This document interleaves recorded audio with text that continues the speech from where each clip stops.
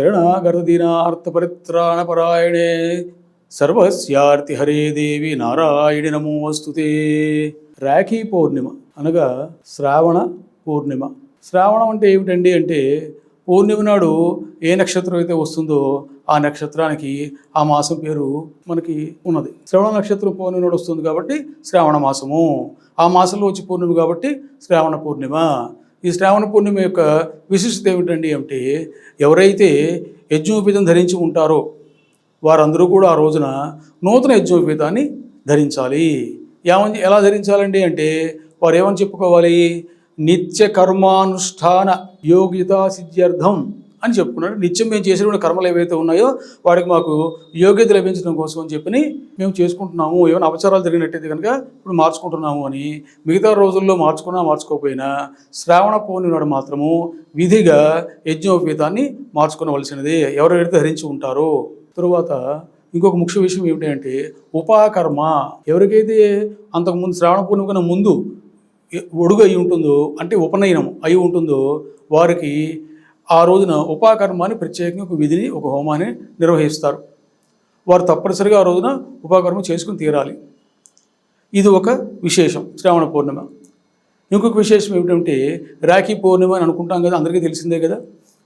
ఆ రాఖీ పౌర్ణిమ అంటే దీనికి మనకు పురాణాల్లో చెప్పేటువంటిది ఏంటి అంటే యమధర్మరాజు తన సోదరుడి దగ్గరికి వెళ్ళి ఆవిడకి రక్షాబంధనం రక్ష కట్టి నీకు ఆవిడకి మంచిగా చక్కగా పసుపు కుంకుమ బట్టలు అన్నీ ఆవిడకి కావాల్సినవన్నీ కూడా ఇచ్చి ఆవిడ పెట్టినటువంటి వండినటువంటి పదార్థాలు అన్నము తిని ఆవిడ దీవెనలు ఈయన పొంది ఈయన ఆవిడని దీవించి ఇట్లా ఒకరికొకరు నేను నీకు రక్షగా ఉంటాను ఈ సంవత్సరం అంతా కూడా అని ప్రమాణం చేసుకుని చేసేటువంటి విధి అని చెప్పి మనకి పురాణాల్లో ఉన్నది.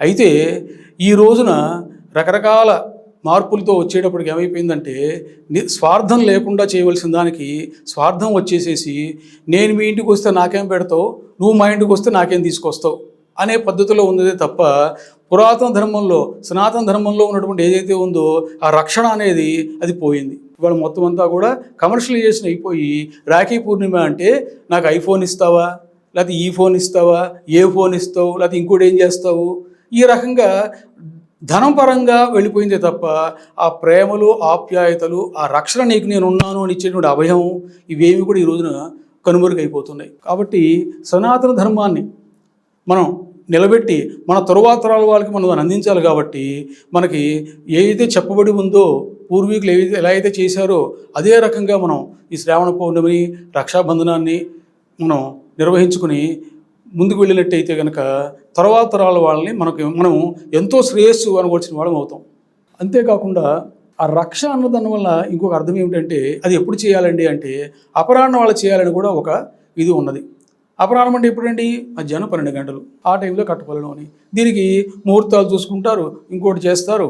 ఈ రకంగా చూసుకుంటూ జాగ్రత్తగా వెళ్తూ ఉంటారు. ఎప్పుడు పడితే అప్పుడు కట్టడం కాదు, వాళ్ళ ఇంటికి వెళ్ళాలి, వాళ్ళ ఇంటికి వెళ్ళి కట్టించుకోవాలి. ఇంకోటి ఏం చెప్తారు మనకి, కార్తీక మాసంలోనేమో అక్కయ్యో చెల్లిలో వాళ్ళ ఇంటికి వెళ్ళి అక్కడ అన్నం తినాలి చేయాలి. ఇప్పుడు ఈ శ్రావణ పౌర్ణమి నాడు మాత్రము ఆ చెల్లెలు కానీ అక్కయ్య కానీ వీళ్ళ ఇంటికి వచ్చి పిల్లవాడి ఇంటికి వచ్చి కట్టాలి. రెండు అంటే రాను పోను అనమాట, రాకపోకలు ఉండాలి, రెండు వైపులు రాకపోకలు ఉండాలి. అందుకే ఇందాక చెప్పింది మా ఇంటికి వస్తే ఏది ఇస్తావు, నీ ఇంటికి వస్తే ఏమి ఇస్తావు అనే మాటకి రెండు సందర్భాలను ఒకరింటికి ఒకరు వెళ్ళటం, ఒకరినొకరు ఆదరించుకోవటం అనేది ఇది మన సనాతన ధర్మంలో ఉన్నదే తప్ప కమర్షియలైజ్ చేసి నాకేమిటి నాకేమి ఇస్తావు అనేటువంటి ధోరణి ఎప్పుడైతే వచ్చిందో ఈ సనాతన ధర్మంలో చెప్పినవన్నీ కూడా వెనకబడిపోతున్నాయి. వాటికి పవిత్రత కూడా తగ్గిపోతూ వస్తుంది. కాబట్టి మన భక్తి సంఘ ప్రేక్షకులు అందరూ కూడా ఈ విషయాన్ని జాగ్రత్తగా గ్రహించి శాస్త్రోక్తంగా రక్షాబంధనం జరుపుకుని ఆ పరమేశ్వరుని యొక్క అనుగ్రహాన్ని పొందగలరని ఆశిస్తూ స్వస్తి.